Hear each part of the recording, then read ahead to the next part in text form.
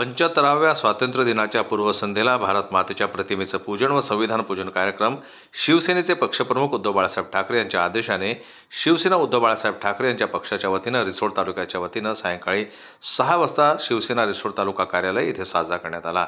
हा कार्यक्रम विश्वनाथ सानप व उपजिल्हाप्रमुख डॉक्टर चंद्रशेखर देशमुख यांच्या मार्गदर्शनाखाली संपन्न झाला।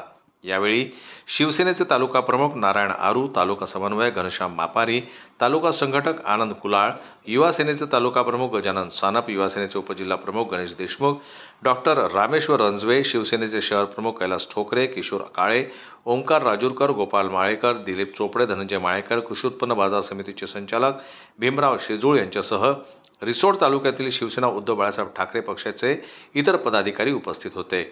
जनमत लाईव्ह न्यूज करता वाशिमहून ज्ञानेश्वर वरगट यांची रिपोर्ट।